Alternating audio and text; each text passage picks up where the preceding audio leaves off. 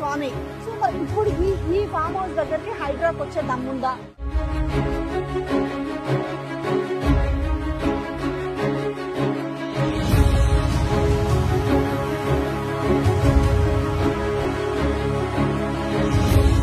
హైదరాబాద్ ఇక్కడికి వచ్చి కూల్చే అవకాశం ఉందా? అంటే ఇది ఎఫ్టిఎల్ జోన్ లో ఉందా, ఫఫర్ జోన్ లో ఉందా? SARV చెప్పండి. ఇది వివేక్ వెంకట స్వామి ఫామ్ హౌసే కదా. సో ఇది లేకుంది కదా వెనకాల. ఓకే, మీరు పని చేస్తారా ఇందులో? ఒక కామే.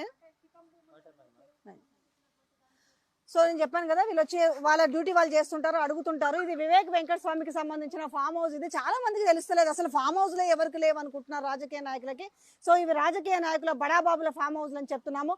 ఒక్కొక్కటిగా మీకు ఆ ఫామ్ హౌస్ చూపిస్తున్నాము. ఇప్పటికి మళ్ళీ అడుగుతున్నాము, హైడ్రాకి ఇక్కడికి వచ్చి బఫర్ జోన్ లో ఉన్న, FTL జోన్ లో ఉన్న, సో వీటి దరి చేరే అవకాశం ఉందా? ఇదే రేవంత్, మీరు ఆ బోర్డు కూడా చూడొచ్చు, SARV సరోజా వెంకట స్వామి అనే నేమ్ ప్లేట్ కూడా పెట్టుకున్నారు. మొత్తం మీకు ఈ గోడ తర్వాత మొత్తం కూడా అది FTL జోనే అది. సో ఇది మీకు కనిపిస్తుంది కదా, సరోజా వెంకట స్వామి. సో ఇది మరి ఇవి ఏ జోన్ లోకి వస్తాయి అనేది, సో ఇక్కడ చూడండి, VS వివేక్ వెంకట స్వామి, తర్వాత సరోజా కూడా వస్తుంది దాంట్లో. ఫ్యామిలీ, వాళ్ళ ఫ్యామిలీకి సంబంధించిన లోగో కూడా వేసుకున్నారు ఇక్కడ వాళ్ళు చూస్తే, ఫ్యామిలీ లోగో వీళ్ళది. సో మరి ఇప్పుడు ఈ ఫామ్ హౌస్ దగ్గరికి హైడ్రాకి వచ్చే దమ్ముందా? ఈ ఫామ్ హౌస్ గురించి మాట్లాడేద్దాము. మరి రేవంత్ రెడ్డికి ఉందా? రాజకీయ నాయకుల ఫామ్ హౌస్లు మనం ఎప్పుడు కొందరు గురించి చెప్పుకుంటాం కదా, మరి ఎప్పుడు కూడా వెలికి రాని ఫామ్ హౌస్ల గురించి మీకు చూపిస్తున్నాం కదా. ఇక్కడ కూడా మన గేట్ కనిపిస్తుంది. సో మీకు ప్రహరీ గోడ ఇక్కడ నుంచి చూపిస్తాం చూడండి.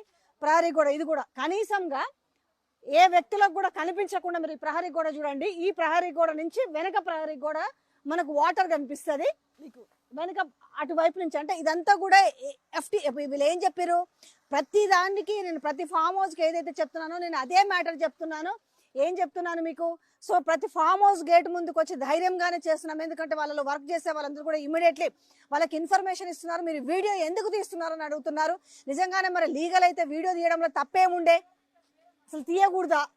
మరి వీటి దగ్గరికి వీటి విషయాలని ఎందుకు బయటకు తేవట్లేదు? ఏ మీడియా కూడా వెలికి తేవట్లేదు.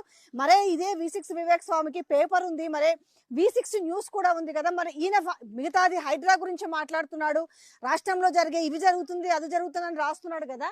మరి ఈ ఫామ్ హౌస్ తనకి ఇక్కడ ఉంది. ఇక్కడ ఈ హిమాయత్ సాగర్ FTL అనేది మరి మాది కూడా ఒకటి ఉందని ఎందుకు చూపించట్లేదు? వాళ్ళకు రిపోర్టర్స్ ఉన్నారు కదా, వాళ్ళని పంపించి సో వాళ్ళ ఫామ్ హౌస్ గురించి కనీసం ఒకరోజు ఫామ్ హౌస్ టూర్ చేసి చూపించవచ్చు కదా. అంటే సామాన్యులకేమో ఒక న్యాయమో, అంటే బడాబాబులకు ఒక న్యాయమా ఇందులో? ఇప్పుడు వ్యవహారం చూస్తే అట్లనే అనిపిస్తుంది.